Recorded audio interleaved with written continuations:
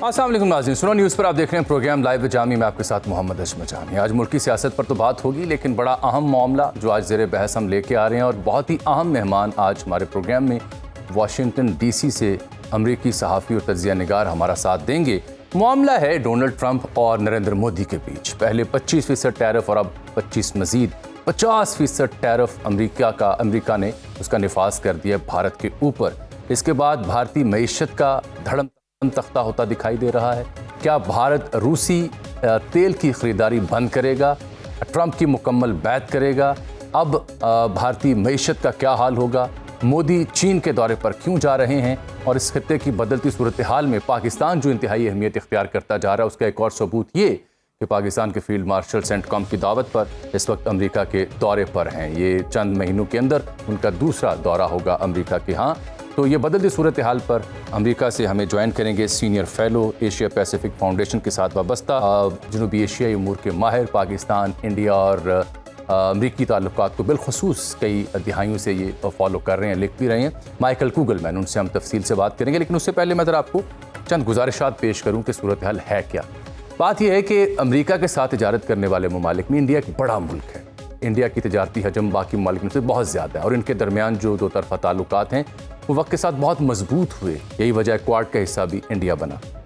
अब सालाना जो इनकी तिजारत है भारत की अमेरिका के साथ, वो 128 से 130 बिलियन डॉलर तक जा पहुंची थी। इसमें सिर्फ IT सेक्टर जो है, जो भारत की इस पर बहुत मान है, वो 40 से 42 बिलियन डॉलर्स तक है। 2023 की एक रिपोर्ट में देख रहा था, आज से 2 साल पहले की, उसमें जो ब्रॉडकास्टिंग के इक्विपमेंट हैं, यानी TV के ब्रॉडकास्टिंग के इक्विपमेंट जो हैं डिजिटल के, वो भारत एक्सपोर्ट कर रहा था अमेरिका को 6.18 अरब डॉलर के। इसी तरह जो अद्वियात में इस्तेमाल होने वाली अशियाँ हैं, उनकी जो एक्सपोर्ट भारत कर रहा था अमेरिका को, वो 10.4 अरब डॉलर तक थी। फिर डायमंड्स, हीरे यानी, वो भी को 7-8 अरब डॉलर के भारत से जा रहे थे अमेरिका में। जो हाउस लिनन्स हैं, कपड़ा है, वो जा रहा था कोई 2 बिलियन डॉलर का। लोहा जो है भारत से, वो तकरीबन 1 मिलियन डॉलर तक जा रहा था। रिफाइंड पेट्रोलियम की कुछ प्रोडक्ट्स जो 5.5 बिलियन डॉलर तक जा रही थी। मोटर व्हीकल पार्ट्स थे, एसेसरीज थी, जो भारत से अमेरिका जा रही थी। इस सब से हट के IT का जो शोबा है, वहाँ पे 40 से 42 बिलियन डॉलर की एक्सपोर्ट थी भारत की अमेरिका के साथ। तो अब जब ट्रंप साहब ने कर दी है ना और मशकें कसने का सोच लिया है नरेंद्र मोदी का, तो उसकी वजूहात समझते हैं और फिर ये जानने की कोशिश करते हैं कि ये 50% टैरिफ इसके अलावा सिर्फ ब्राज़ील पे लगा हुआ है, कनाडा पे और बाकियों पे बहुत हाई टैरिफ लगा है। जो अमेरिका ने लगाया तो 30%, 45% या 39% है। तो ये बहुत हाई टैरिफ है जो इंडिया के ऊपर लगाया गया। इंडिया ने जवाब दिया जी कि हम अपने कौमी मफाद के लिए खड़े होंगे और हम कॉम्प्रोमाइज़ नहीं करेंगे। भारत और अमेरिका के बीच टैरिफ के मामले पर, तिजारत के मामले पर कई महीनों से मुज़ाकरात जारी थे जो नाकाम हुए और ट्रंप सरकार बार बार कह रहे हैं कि मैंने पाक भारत सीज़ फायर करवाई। मोदी उससे इनकारी हैं। फिर वो कह रहे हैं कि आप रूस से सस्ता तेल खरीदते हैं और रूस से जो तेल खरीदते हैं उसको जो पैसे देते हैं वो यूक्रेन वॉर में इस्तेमाल हो रहे हैं, वहाँ पे लोग मर रहे हैं। ये उनका एतराज़ है। तो क्यों सिंगल आउट कर रहा है अमेरिका भारत को, और भारतीय मईशत का हाल क्या होगा? बैनुल अक़वामी फ्रंट पर भारत क्यों अब वो हैसियत नहीं रखता जो आज से चंद माह पहले तक थी? ने क्या हम किरदार अदा किया पाक भारत जंग ने, जो आज भारत की बजाय पाकिस्तान का नाम लिया जा रहा है? ये बुनियादी मौजूद जिस पर हम बात करेंगे। We are joined by Michael Kugelman. Michael, thank you very much yet again for sparing some time for our show today. Michael is based in DC right now. Michael, I want to understand one basic thing. The Indian government believes, and the analysts, I was listening to them, and they believe that President Trump is trying to single out India. And at any cost, India will try to take care of its national interest despite the 50% tariff announcements made by the President Trump. Is it true that India is being singled out? Well, first of all, thank you for having me. It's a great question, and it's actually a bit more complex than it may seem. I think on the one hand, India is just being victimized by President Trump's more hardline position on transactionalism. He's much more hardline in his second term than he was in his first term in pursuing maximum pressure tactics to try to get other countries to better advance U.S. interests. And so that's why he's really going after India. And India does have high tariffs. It does have very high tariffs. So Trump is right on that. So that's one point.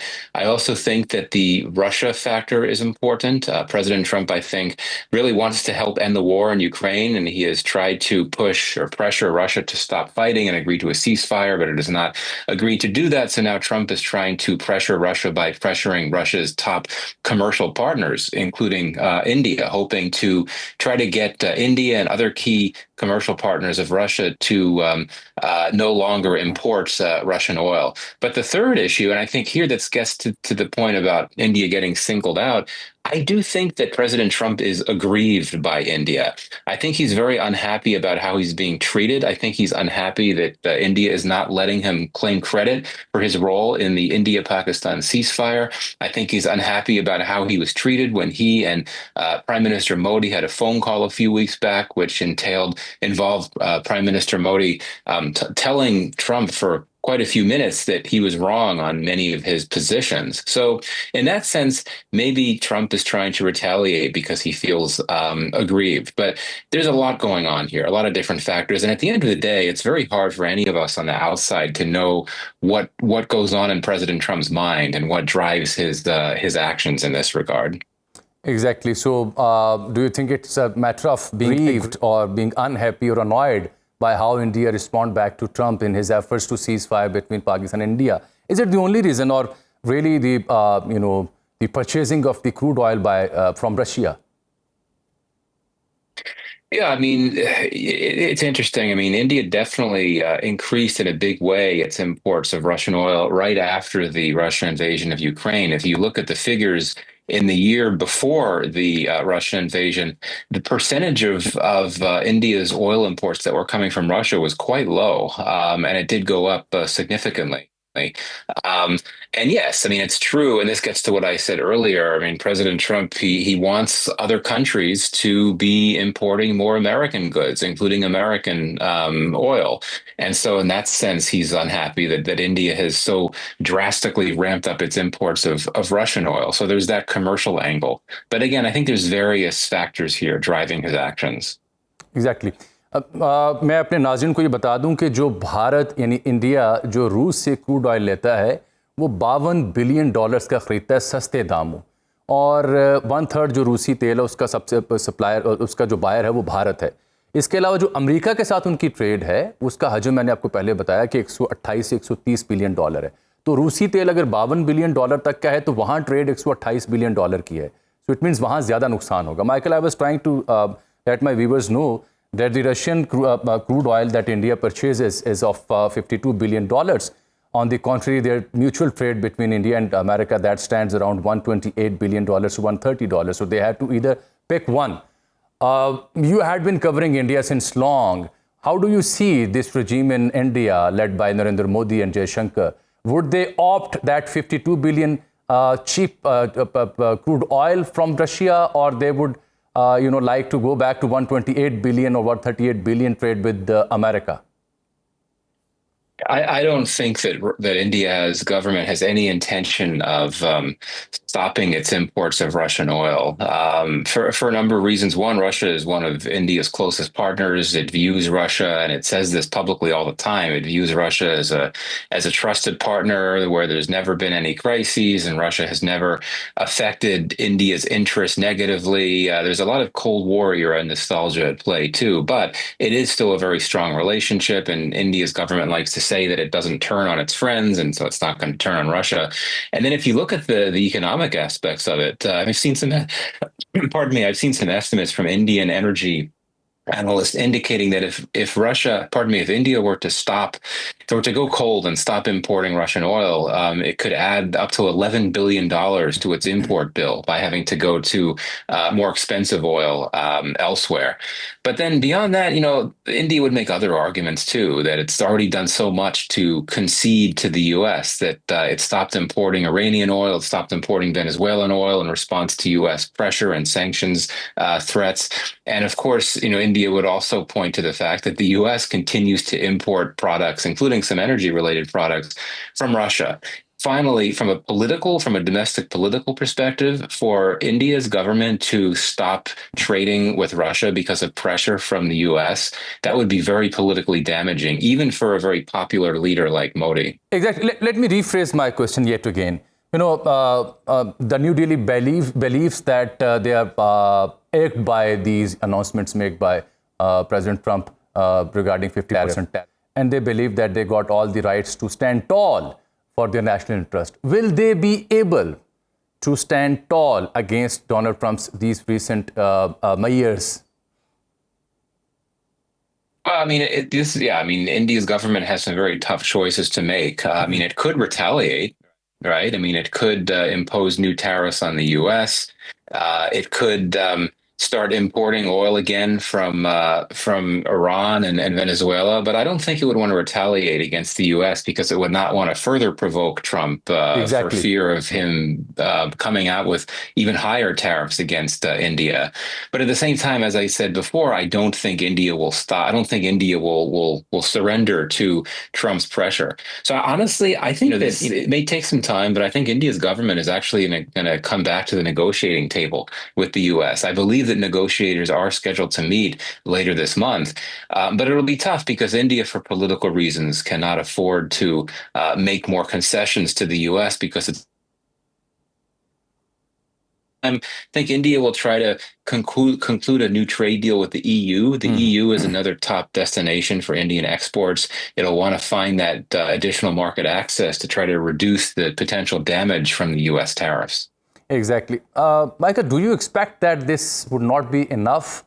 And if Donald Trump remains further aggrieved and India does not agree to buy his deal, then the US administration can go after another major chunk of the trade between India and the US, that is IT-based export and import. I have just learned that is around $40 to $42 billion. Can this be the next thing? Yeah, that's a good point. Indeed, we can't rule out anything because clearly President Trump is ready to apply as much pressure as possible, and he doesn't seem to care if that impacts this relationship that's a very important one for the U.S. And for India. So there are other ways that he could try to retaliate. And indeed, you're right. The IT sector to this point has not been affected. There's also other issues. I've seen some political leaders that are close to Trump starting to criticize the H-1B visa program in the U.S., which, as you know, is a visa program that tends to disproportionately apply to and benefit Indians because you have so many Indian tech workers, highly skilled workers in the U.S. on that visa. So, yeah, there's all kinds of possible additional retaliations that Trump can come out with. Honestly, I think that one thing India will be hoping for, though this might be a misplaced hope, is that Putin will agree to a ceasefire, that he'll stop fighting. Because if he does, then I think Trump will be less angry at Russia and at India, and that he would not be as strict and apply as much pressure on India if he's getting what he wants to see in Ukraine. But again, I don't see the war ending anytime soon. So, Michael, apart from these IT services, do you expect that the strategic question between America and India that can also be damaged, that can also get affected after these tariffs? Well, it already has been affected. I think a lot of trust has been shattered. I think that many in Washington might underestimate just how damaging these policies and the events of the last few months have been for the U.S.-India strategic partnership. It's been 20 years that they've been developing this strategic partnership, and this is the lowest point that it's experienced over that time, in my view. And as you know, the main glue of the strategic partnership has been a shared concern about China and wanting to counter China. But we've seen India try to ease tensions with China on its own, and President Trump has been indicating that he wants to seek some type of cooperation with President Xi. So essentially the relationship strategic soundness may not be as strong as it has been for quite some time. Before this Pak-India war, there were some opinion makers who were having some, soft corner for India, and they used to believe in their op-eds that India might be the next big power, and India is being raised by U.S. strategic cooperation to counter with China. So how do you see that very notion that used to exist a few months ago? Is it really practical? Do you still believe that India can be the next major economy, especially after these announcements by Donald Trump? Yeah, I mean, if these 50% tariffs do go through, and of course the second 25% tariff is not scheduled to go into effect until later in the month, meaning there's time to negotiate a deal. But if they do go into effect, yes, that would be very damaging, just because the U.S. is such a top export destination for Indian goods and has been for quite some time. This is why India is going to look to sign deals with other key trade partners like the EU, among others. But India's economy is fairly resilient. President Trump said that India has a dead economy, but that's not true. There's been some uneven GDP growth over the last year or so, but it is still a very robust economy. And I think that if India truly becomes a global power, I think it would become an economic global power before it becomes any other type of power. And I don't think that these tariffs would affect that trajectory over the long term in a really big way. I mean, India is, at the end of the day, it's the fastest growing major economy in the world, according to the World Bank. So I think that it could be okay. But I think that this is all a wake-up call to India, that it sees that because of how things are in the world these days and how things are in Washington, one of its most important trade partners could take one step that deals a major blow to its fast-growing economy. So don't you think so that is a window for countries like Vietnam, Bangladesh, Indonesia, and Pakistan now? Oh, wow. Well, I mean, yeah, I mean, all those countries you mentioned and others received significantly lower tariffs than India did. I mean, even when India got the first 25%, the other countries, including Pakistan, had lower tariffs, but now you're talking 50% tariffs. Few other countries have that level of tariffs. And, Vietnam, Bangladesh, Pakistan, these are competitors of India when it comes to textiles and related products, exports like that. And so I think that, that puts India at a disadvantage, particularly in terms of those exports that it sends to the West and particularly to the United States. Exactly. So, Michael, let's talk about now Pakistan and U.S. ties. In recent months, we have seen some major developments, especially after the lunch that Field Marshal had with the Donald Trump at White House. Now, again, the Field Marshal Asim Munir is visiting the U.S. on a special invitation from the U.S. CENTCOM. Probably he's at the Florida right now. So how do you see these developments and, especially the way Mr. President is so kind to Pakistan these days? Yeah, it really is amazing. I've been describing this as an unexpected renaissance in ties, and indeed for the Army Chief to be coming back again so soon after the previous trip, it's striking. I've been asked this question a lot as to, how has this relationship changed so quickly? And I think a lot of it has to do with how Trump views the world and how Pakistan has effectively tapped into that. So essentially, for President Trump, foreign policy is not about strategic partnerships and shared convergent interests and things like that. It's more about what the world can offer him. It's a very commercial, transactional approach. And so Pakistan knows that Trump is very interested in business opportunities, quite frankly, commercial engagement opportunities overseas. And that includes, in particular, opportunities in critical minerals, in crypto, in energy opportunities. And Pakistan has, I think, made good offerings in that regard in all aspects, right? I mean, it's got the critical minerals. It had senior U.S. officials in Pakistan for that Global Mineral Investment Forum a few months ago. It now has a crypto council. It's legalizing crypto. It's engaging with an American crypto company that has Trump family members on it. And now, of course, there's a deal on energy and even on counterterrorism, which is sort of an exception from the commercial aspects of cooperation. Pakistan knows that, Trump is keen to go after those terrorists that threaten and target the U.S. And Pakistan has the capacity to help by monitoring and, apprehending ISK terrorists in Pakistan. So I think that this is credit to Pakistan's leaders for being able to read Trump and know how he looks at the world and taking advantage of that. And this is something that few other countries have been able to do successfully. India certainly has not. India has played it very conventional, traditional approaches to diplomacy. But, Pakistan has, I think, read Trump and his approaches very well. Better than the Indians, in fact. This administration was more than thankful to Pakistan, especially in the counterterrorism. And he did not only mention it before the Congress, but in other pressers and other speeches, he also said thanks to Pakistan, especially in counterterrorism. Michael, we also want to be thankful to the United States of America.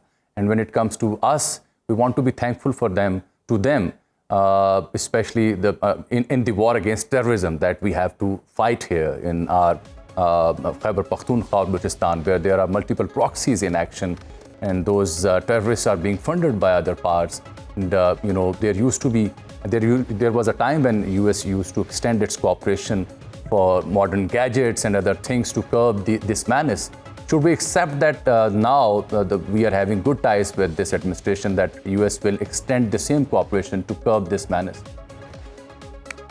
Yeah, see, this is a great point. And this is where I draw the line. I was talking about why the U.S.-Pakistan relationship has advanced so well, so quickly, so suddenly.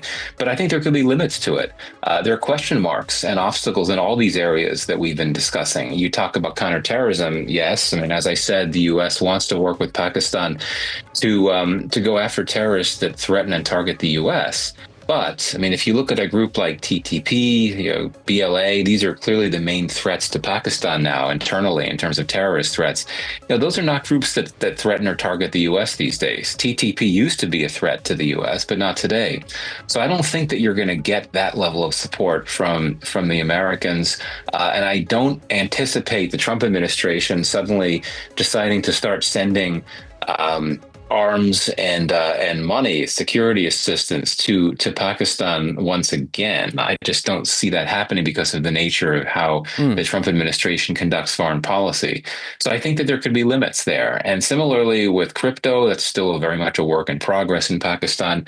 Critical minerals, I mean, I think that the Americans will get concerned once they understand that so many of those critical minerals are located in particularly vulnerable areas of Pakistan in terms of vulnerability to terrorism and so on. So I don't think we should overstate the long-term trajectory of U.S.-Pakistan relations, even with all of these major and big developments in terms of better cooperation in a variety of areas.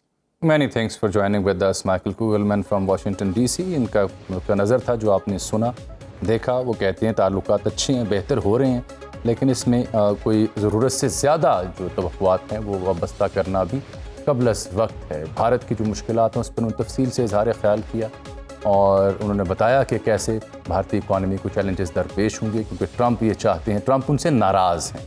Aggrieved का लफ्ज़ use किया, unhappy का लफ्ज़ use किया, और उसकी झलकियाँ हमें उनके ऐलानात में दिखाई दे रही हैं। एक बड़ा अहम सवाल उनसे पूछा कि क्या आईटी सेक्टर जो भारत की सबसे बड़ी शनाख्त है उसके ऊपर भी अमेरिकी सदर ऐलानात कर सकते हैं, पाबंदियां लगा सकते हैं। तो उन्होंने कहा ये बिल्कुल मुमकिन है, अगले मरहले में ये भी हो सकता है, जो कि काफ़ी डैमेजिंग हो सकता है भारत के लिए। भारतीय वज़ीर-ए-आज़म अलबत्ता चीन के दौरे पर जा रहे हैं, वहाँ वो चीन के साथ ताल्लुकात बेहतर करने की कोशिश करेंगे। देखते हैं क्या मंजरनामा बनता है। हम भी चाइना के साथ ताल्लुकात अच्छे रखे हुए हैं, अमेरिका के साथ अभी मैंने बताया फील्ड मार्शल दौरे पर हैं। लेट्स सी वहाँ से क्या स्टेटमेंट्स आती हैं। फिलहाल प्रोग्राम वक्त है छोटी सी ब्रेक का। हमें इस वक्त प्रोग्राम में ज्वाइन किया है पाकिस्तान तहरीक इंसाफ के सीनियर रहनुमा जनाब सेनेटर हुमायूं मोहम्मद साहब ने। बहुत शुक्रिया सर आपके वक्त का। ये बताएं कि ये फैसला हो गया कि क्या PTI ने ज़िमनी इंतखाबात में हिस्सा लेना है या नहीं लेना, कि खान साहब के जो ऑफिशियल एक्स के ऊपर पोस्ट आई उनसे मंसूब, उसमें तो लिखा था कि नहीं लेना, लेकिन बैरिस्टर गौहर साहब कह रहे हैं कि नहीं, अभी वो बात करेंगे। बिस्मिल्लाहिर्रहमानिर्रहीम, इय्याका नाबुदु व इय्याका नस्तईन। जो मेरी इतलात है वो ये है कि, या जितना मुझे इल्म है वो ये है कि इमरान खान साहब ने अपना पॉइंट ऑफ व्यू दिया है। अब उसके ऊपर चूंकि उनके साथ प्रॉपर तरीके से मशावरत नहीं हुई जो हमारी पॉलिटिकल टीम की है, और जैसे आपको पता है पिछले कितने अरसे से किसी को मिलने नहीं दिया जा रहा, अब उसके लिए बैरिस्टर गौहर साहब और अली ज़फ़र साहब और वो सारे लोग जो हैं जो जिनको एक्सेस है, प्लस जो पॉलिटिकल बाज़ लोग हैं, वो कोशिश करेंगे कि उनके साथ मुलाकात करके उनको एक पॉइंट ऑफ व्यू बताया जाए, प्रोज एंड कॉन्स दोनों चीज़ों के, किस में क्या है क्या नहीं है। अगर वो अपने फैसले को मेंटेन करेंगे तो फिर हम बीच में बॉयकॉट करेंगे and that would be the final. अगर वो अपने उन जो उनको इंफॉर्मेशन दी जाएगी प्रोज एंड कॉन्स की, वैसे मोहम्मद साहब वैसे बॉयकॉट करना बनता है, वैसे मैदान खाली छोड़ना चाहिए। देखिए इसके अंदर अगर आप दो तरीके से देखा जाए तो एक तरीके से बन भी सकता है, मतलब जिस तरीके से आपको पता है कि जैसे इन सब लोगों को हटाया जा रहा है, मतलब जो डिसीजंस लिए जा रहे हैं, आपको पता है कि किस तरीके से लोअर कोर्ट्स की जजमेंट आ रही है और कैसे वो सही। जजमेंट आ रही है और किन शवाहिद के पीछे आ रही है। मतलब एक ही एफआईआर में 6 बंदों को नामजद किया हुआ है, 2 कहते हैं, सारे 6 के 6 कहते हैं वहां नहीं थे, 2 की बात मानी जाती है, 4 की नहीं मानी जाती, और गवाह जो है वो कहता है ये 6 के 6 उधर थे। अब 4 को सजा मिल रही है, 2 को नहीं मिल रही है, और गवाह कहते हैं ये 6 के 6 इन्वॉल्व थे, जज कहते हैं नहीं 2 इन्वॉल्व थे, 2 नहीं थे और 4 थे। अब इस किस्म की जब जजमेंट्स आनी शुरू हो जाएंगी तो फिर बाज दफा इंसान कहते हैं यार इस सिस्टम से बेहतर है इस सिस्टम से बाहर रहो, इतना सिस्टम, इतना अनजस्ट सिस्टम, सो बेहतर है उससे से बाहर हो। तो हाँ, बात दफा इंसान समझता है। और ये याद रखे, boycott is also a democratic वे। ये डेमोक्रेटिक वे का एक एक्सट्रीम है कि जब आपको पता चल जाए कि यहाँ पे कोई जस्टिस नहीं है, यहाँ पे कोई कानून नहीं है, यहाँ पे कोई कॉन्स्टिट्यूशन नहीं है। और ये याद रखें, इलेक्शन कमीशन जब आर्टिकल 60 जिसमें मुख्तलिफ तरीकों से बताया जाता है कि कैसे कैसे ठीक है मोहम्मद साहब, बिल्कुल ठीक है, वो तकनीकी मामलात हैं। मैं जरा अर्ज करना चाह रहा हूँ आपसे कि ये जो 5 अगस्त का एहतजाज और फिर अब दोबारा 14 अगस्त को भी एहतजाज, आपकी अपनी पार्टी कुछ जिम्मेदार समझते हैं कि 5 अगस्त को उस तरह से वर्कर्स वोटर नहीं निकल सका या नहीं निकला, तो 14 अगस्त को क्या फ़र्क पड़ जाएगा अगर दोबारा एहतजाज करते हैं तो? नहीं, देखिए ये तो आपका पॉइंट ऑफ व्यू कि आप कह रहे हो कि नहीं निकला। नहीं, मैं नहीं कह रहा। जो पॉइंट ऑफ व्यू था हमारा इस दफा का, जिसको आप ये कह सकते हो कि हम लोग जैसे इमरान खान ने स्मार्ट लॉकडाउन इंट्रोड्यूस किया था, अब वो उसने स्मार्ट एहतजाज इंट्रोड्यूस किया अच्छा। है। स्मार्ट एहतजाज में आपको हजारों लोग एक साथ करने की जरूरत नहीं है। वहाँ 100-150 लोगों को आप निकालें, वो एक किस्म का आएंगे, वो अपना एहतजाज करेंगे। जब उस दौरान में सड़क या जो भी वो जगह वो बंद होगी, जब पुलिस आएगी वो डिस्पर्स हो जाएंगे, मतलब एंड देन अच्छा, तो आप ये कह रहे हैं कि ये 5 अगस्त का जो एहतजाज है ये स्मार्ट एहतजाज था, 100-150 बंदे आए, पुलिस आई तो डिस्पर्स हो गए, ये नया तरीका है एहतजाज का?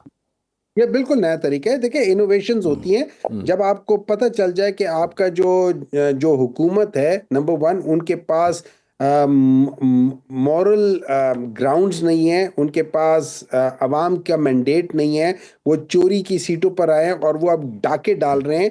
जैसे सिंध की पुलिस कच्चे के डाकुओं को सपोर्ट करती है और वो अपने मतलब के लोगों को आके डाका डाल जाते हैं, अब ये लोग उसी तरीके से सीटों पे डाका डाल रहे हैं मतलब के लोगों के कि यार मुझे ये वाली पोजीशन चाहिए, या मैं प्राइम मिनिस्टर का मुशीर हूँ और मेरे जी मैं फलाना NA7 से करना चाहता हूँ, चलो जी NA7 में कौन है उसको डिस्क्वालीफाई कर दो, फलाना कौन है। आपने ऑलरेडी आपने लोगों को, वो जो नहीं होते सारे FIR जिसमें नामालूम लोगों का नाम डाल दिया जाता है, उसमें से आप डॉक्टर हुमायूं का नाम भी डाल दे, उसमें से आप किसी और का भी नाम डाल दे, तो जब इस लिहाज से चीजें बनती है तो फिर आपको थोड़ा सा स्मार्ट लॉकडाउन या स्मार्ट एहतजाज को इंट्रोड्यूस कराना पड़ता है। बहुत शुक्रिया जनाब सेंटर हुमायूं मोहम्मद साहब, वो कह रहे थे स्मार्ट लॉकडाउन के बाद स्मार्ट एहतजाज है जो 5 अगस्त को किया गया।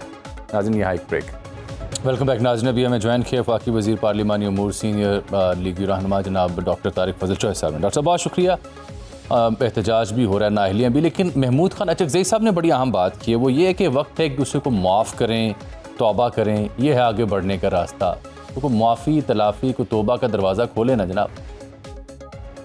माफ़ करें या तौबा करें, इसको जो मर्जी आप कहें, अल्फाज जो मर्जी दे दें, रिकन्सिलिएशन की बात तो गवर्नमेंट ने हमेशा की है। प्राइम मिनिस्टर ने तो खुद जाके असेंबली इजलास में, बजट इजलास में ऑफर की अपोजिशन के तमाम लीडर्स को कि आए बैठ के बात करते हैं और यही आगे बढ़ने का रास्ता है।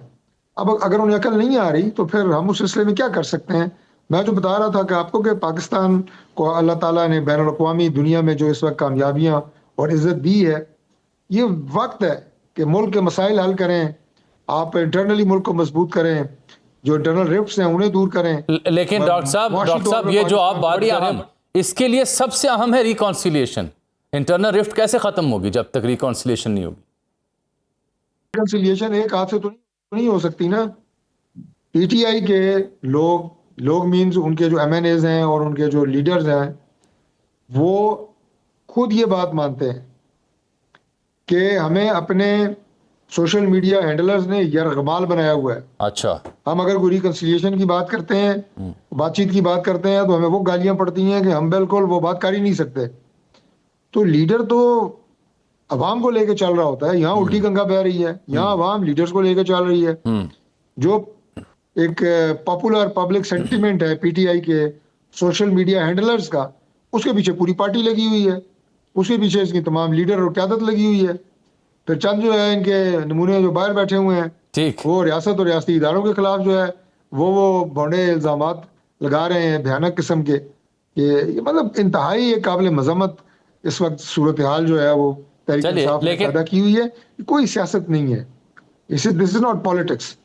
ये इंतशार है, ये इस मुल्क के खिलाफ एक एजेंडा है, और ये पता नहीं जाने अनजाने में आलाकार चले वो तो जारी बात आपकी एक अपनी पॉलिटिकल राय है ना के हवाले से, लेकिन अब जो इम्पोर्टेंट है ना जी, ताज़ा अभी मेरी हुमायूं मोहम्मद साहब से बात हो रही थी, वो पीटीआई ने ज़िमनी इंतखाबात के हवाले से फैसला किया कि बॉयकॉट हम करेंगे। क्या साख रह जाएगी इस पार्लियामान की जिसमें मुल्क की सबसे बड़ी अपोजिशन जमात ज़िमनी इलेक्शन में हिस्सा ही नहीं अगर लेती? तो अगर वो बाइकआउट का ऐलान करते हैं तो क्या हमारे बस में है कि हम उनके घर जाके उन्हें उठा के दोबारा मैदान में लेके आए? Is it possible? अगर ये पॉसिबल नहीं है तो हमारे पास और क्या चारा है? क्या इलेक्शन ही ना कराएं, छोड़ दें इलेक्शन? वो भी नहीं हो सकता। तो साख का सवाल तो उस वक्त है कि जब हम उन्हें कोई जाके तो कोई उनके साथ कोई ज्यादती करें, वो आए इलेक्शन लड़ें। और जो लोग अभी नाअहल हुए हैं 9 मई के वाकयात में, वो खुद भी उनकी मजम्मत करते हैं। अब जाहिर है इस मुकदमे ने और 9 मई के वाकयात के जो जिम्मेदार लोग हैं, इसने कहीं ना कहीं तो किसी मंतकी नतीजे पे पहुंचना था, और अदालतों ने शवाहिद की बुनियाद पर सजाएं दी हैं। लोअर कोर्ट से हुई सजाएं अक्सर जो अपर कोर्ट से वो माफ भी कर देती हैं या उन्हें मुअत्तल भी कर देती हैं। तो ये अपनी जो एक आईनी और कानूनी रास्ता है इनके पास, उसे इख्तियार करेंगे, और हो सकता है इनमें से कई लोग बहाल हो जाएं। तो शायद उन हलकों में ज़मीनी हो सकता है कई लोग बहाल हो जाएं, डॉक्टर साहब फरमा रहे हैं। लेकिन डॉक्टर साहब, आजकल इस्लामाबाद में खबरें बड़ी गर्म है कि 26वीं के बाद अब 27वीं तरमीम भी है, गालिबन बार्स के इलेक्शन के बाद वो भी आ रही है। क्या है 27वीं तरमीम में, क्या ऐसी कसर बाकी रह गई है 26वीं में जो अब 27वीं के जरिए पूरी करनी है?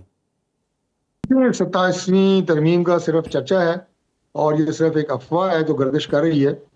फिलहाल गवर्नमेंट सर्कल्स में 27वीं तरमीम के हवाले से ना कोई गुफ्तगू है, ना कोई चीज़ ज़ेरे बहस है, और ना कोई ऐसे नकात हैं कि जिनके ऊपर कुछ सोचा जा रहा है। ख्वाजा साहब की ट्वीट तो आपने देखी होगी, और उसके ऊपर जो पिछले 2-4 दिनों में हो रहा है, आधी से ज़्यादा ब्यूरोक्रेसी पुर्तगाल में सेटल है। बुजदार के करीबी ब्यूरोक्रेट का भी हवाला दे रहे हैं। हमें तो लग रहा था कोई अपोजिशन रहनुमा इस पर बात करें, लेकिन वफाकी वज़ीर दिफा के वो ये बात कर रहे हैं। किसकी बात हो रही है, और आपके इल्म में है हुकूमत के कि ब्यूरोक्रेसी की सारी दिलचस्पी पुर्तगाल में, गोल्डन वीज़ा में? देखिए, ये जिन स्पेसिफिकली आप नाम पूछ रहे हैं, मैं उनसे तो वाकिफ नहीं हूँ। लेकिन बहरहाल अनफॉर्चुनेटली पाकिस्तान में पाकिस्तान से बाहर प्रॉपर्टी बनाने का मैंने कहा अनफॉर्चुनेटली ट्रेंड तो है, और जिसके पास इतने पैसे हों कि वो बाहर जाके प्रॉपर्टी खरीद सके, वो कोशिश करता है। पाकिस्तान के अंदर जो मुश्किलात कारोबारी तबके को लाहक हैं, हमारी पूरी कोशिश है कि हम उनके लिए आसानियां पैदा करें ताकि पाकिस्तान से कैपिटल बाहर ना जाए, पाकिस्तान से कारोबार बाहर ना जाए। लेकिन अनफॉर्चुनेटली कुछ प्रोपोर्शन जो है वो बिजनेस की और कैपिटल की वो बाहर गई है। डॉक्टर साहब, यानी आप और ख्वाजा साहब असल में एतराफ़ कर रहे हैं ना कि आप ब्यूरोक्रेसी को नहीं रोक पा रहे पैसा बाहर ले जाने? अगर तो कोई लीगल तरीके से अपना पैसा बाहर शिफ्ट करेगा तो वो तो रिकॉर्ड पे आएगा और उसे पूछा भी जाएगा और रोकथाम भी हो सकती है। लेकिन अगर कोई चोरी का, करप्शन का पैसा अगर बाहर शिफ्ट करेगा और इलीगल तरीके से करेगा, तो गवर्नमेंट उसे कैसे, कोई भी गवर्नमेंट उसे नहीं रोक सकती। मैं तो सिर्फ ये कह रहा हूँ कि सिस्टम के अंदर 2 चीजें हैं, इसके अंदर ट्रांसपेरेंसी लाना, वो हम उसके लिए पूरी कोशिश कर रहे हैं, और उसके साथ साथ यहाँ पे ऐसा माहौल पैदा करना कि बिजनेस कम्युनिटी और आने वाले बिजनेसमैन अपने आप को सेफ महसूस कर रहे हैं, अपने कैपिटल को। हमारे सीनियर सहाफ़ी अमर चीमा साहब, उन्होंने बात की है कि सिर्फ ब्यूरोक्रेसी नहीं बल्कि काबीना के एक बड़े अहम मेंबर हैं, वो भी पुर्तगाल में कारोबार करते हैं। कौन है वो? मैं तो उन्हें नहीं जानता, मैं तो आपसे सुन रहा हूँ कि काबीना के एक अहम वजीर का पुर्तगाल में कारोबार है, लेकिन सियासी लोगों के बाहर बिजनेस हैं। ठीक। And most of them they are declared. ठीक। कोई ऐसी आप ये कहें कि ब्रेकिंग न्यूज नहीं है कि पुर्तगाल में अगर किसी वजीर का बिजनेस है, बात सिर्फ इतनी है कि पैसा जो कमा रहे हैं, अगर आप पाकिस्तान में बिजनेस कर रहे हैं और बिजनेस करना कोई जुर्म नहीं है, और आप पॉलिटिशियन हैं, आप इंडस्ट्रियलिस्ट हैं, असल मसला यही है ना सर, किसी भी शोबे से मसला ये है कि सब जायज़ है, बाहर बिजनेस करना जायज़ है, लेकिन पाकिस्तान बिजनेस कौन करेगा? 3.5 लाख लोग चले गए हैं 6 माह में मुल्क छोड़ के। ब्यूरोक्रेसी की दिलचस्पी पुर्तगाल में है। तो मेरा तो शिकवा यही है वैसे तो पाकिस्तानी, कि सब अगर कह रहे हैं जायज़ है बाहर बिजनेस करना, तो फिर यहाँ कौन करेगा? जब आपकी ब्यूरोक्रेसी, जब आपके सियासतदानों की दिलचस्पी, बच्चे बाहर होंगे, तो यहाँ किसको फिक्र होगी? यहाँ दिलचस्पी फिर किसकी होगी? आज के लिए नाज़रीन इतना ही, इजाज़त दीजिए। अल्लाह हाफ़िज़।